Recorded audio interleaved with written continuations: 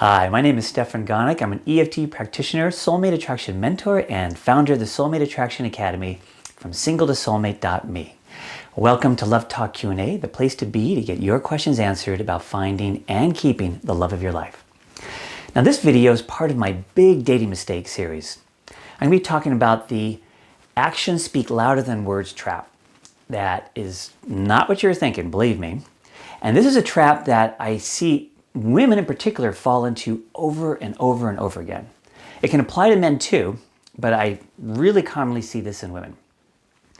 So the problem is, and the reason why this is a trap, is that we have this concept of, quote, actions speak louder than words.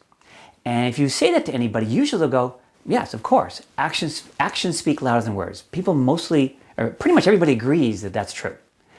What people don't realize is that there's actually two completely different categories or situations where that can come up, and it's only true in one of them and not in the other one. So let's see what we're talking about here. So this kind of thing comes up particularly at the very beginning stages of a relationship. It can come up in the first date, couple of dates, as you're first starting to get involved with somebody, that kind of thing. This is where it's going to come up. So one category is where this new date, the person you're getting to know, is saying positive things about themselves, right? So the question is, when they're describing themselves in positive terms, what is their motivation for doing that? Well, their motivation is to make themselves more attractive, right? It's like, oh, this is something good about me. This is what's something good about me. And because that they're trying to make themselves more attractive to sort of facilitate moving forward in this new beginning relationship, they may or may not be telling the truth, right? They may be exaggerating a bit, they may be completely lying, or who knows, but their motivation is to impress you, make you like them better. And so it makes sense to be a little cautious, like, well, we shall wait and see. Actions speak louder than words, right? So what they do is going to represent who they are better than what they're saying about themselves. So I'll hear these good things and I'll make a note of it. It's like, okay, these would be really good things if they're true. And I'm going to wait and see, right? I'm going to see what their actions are and see if their actions back up their words, right? So there, we would all agree that that makes sense. Now here's the second situation.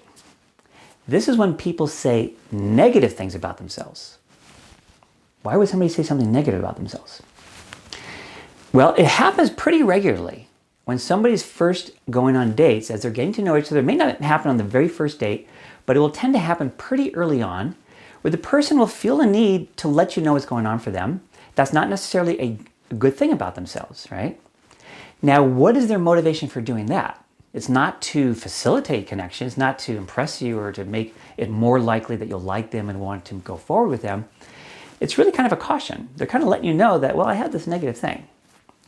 But people often disregard their negative self-descriptions in the following way. So, and like I say, I see this with women a lot when they're dating a guy. So the guy might say something, but it can go either way. The guy might say something like this. I'm not really, interested in a serious relationship right now. Or, I'm not, I haven't had any long-term relationships. Or, it might say something like, I'm not good. I'm just not good at relationships, that kind of thing. So, these are sort of negative statements that could be red flags, like, oh, well, that doesn't sound good. I'm not liking that.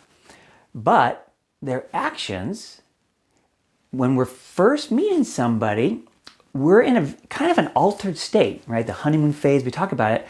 And the person is going to be very, excited to be with you, very attentive, very loving if you get to that stage. They're going to be doing all these good behaviors. Their actions will be very positive actions because of the nature of the beginning dating phase of things, right? So their actions are very positive. Their actions will feel good. And a woman will often go, well, he says he's not good in relationships, but he's doing great right now. He says he never had a long-term relationship, but what he's doing feels so good. And so it's a case where they are letting the guy's actions override his words. And it's understandable to do that because the way he's behaving right now does feel really good. The problem is that once you actually get involved, then he will revert to his just normal way of being, which is normal, right? We all do that. We all put our best foot forward. We're all excited. We're all like really into the other person in the beginning. And then we all, kind of calm down and just become our natural selves. That's normal. That's the way it should be, actually. But that's where whatever negative thing they said about themselves is going to become very apparent.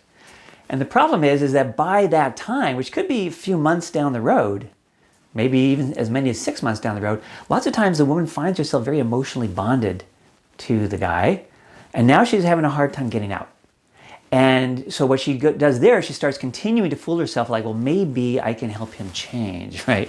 Maybe he never had a long-term relationship before, but with me, it'll be different because our love will make the difference, right? So there's all these sort of rationalizations in our mind that's usually something around our love, or maybe I can help, or something like that, to overcome this negative thing that has now risen up, as the guy said what he said at the very beginning, right? So all of a sudden, it's not a surprise. He warned you in the beginning, and there it is. Here it is.